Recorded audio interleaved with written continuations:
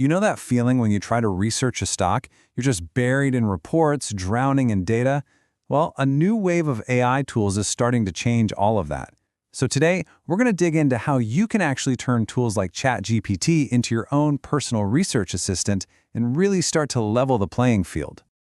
I mean, for the average person, it's a mountain. The sheer amount of information. You've got financial reports, market news, expert analysis. It can be totally overwhelming.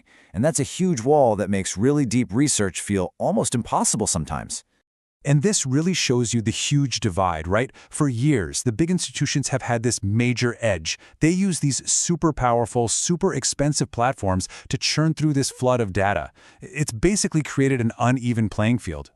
So that's the big question we're looking at. What happens when every single investor gets a powerful assistant to help them climb that data mountain? What does that really mean for all of us? Okay, so let's get into it. Let's tackle that research mountain. In this first part, we're going to see how these new tools can take that overwhelming pile of information and turn it into something you can actually use, your very own AI research assistant. And this right here is the core of the whole thing. Think about it.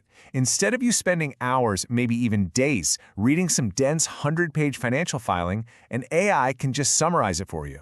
It can compare competitors, spot trends, and pull out key numbers in just a fraction of the time.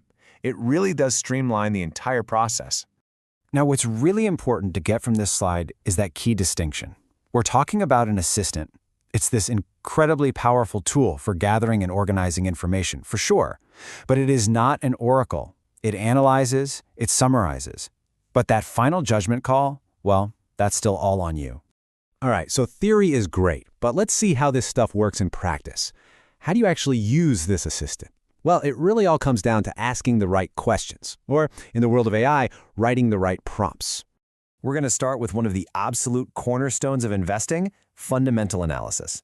This is all about looking past the day-to-day market noise to understand the real health and value of a company. Is it actually profitable? Is it growing? Does it have a solid foundation?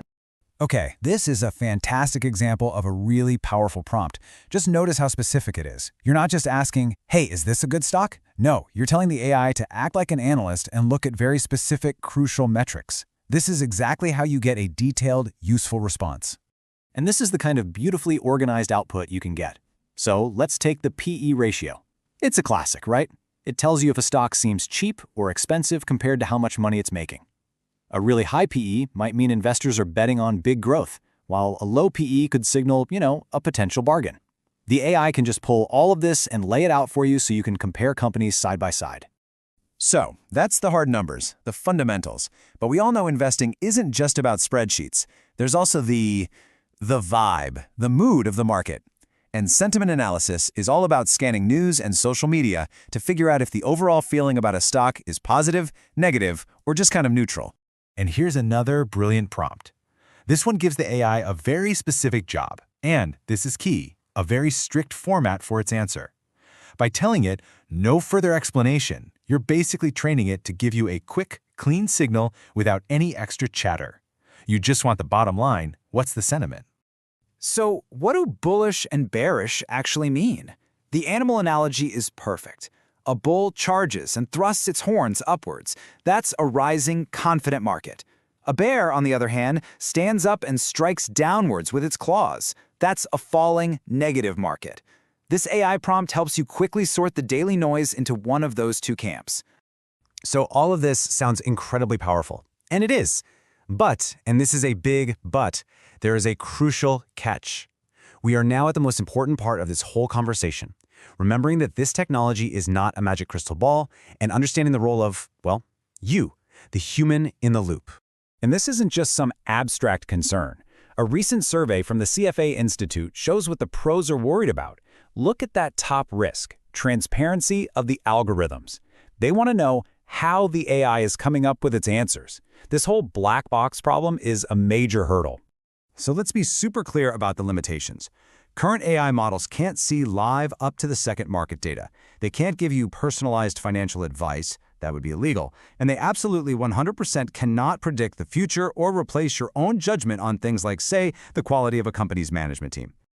This quote just says it all, doesn't it? It's your tireless research intern, not your all-knowing guru. It's there to provide the data, the summaries, the analysis. You are there to provide the context, the healthy skepticism, and the final decision. And that brings us to our final section, and really a much better way to think about this relationship. It is not about handing over control. The goal here is to have a co-pilot, not to just switch on the autopilot and go take a nap. This table just breaks it down perfectly.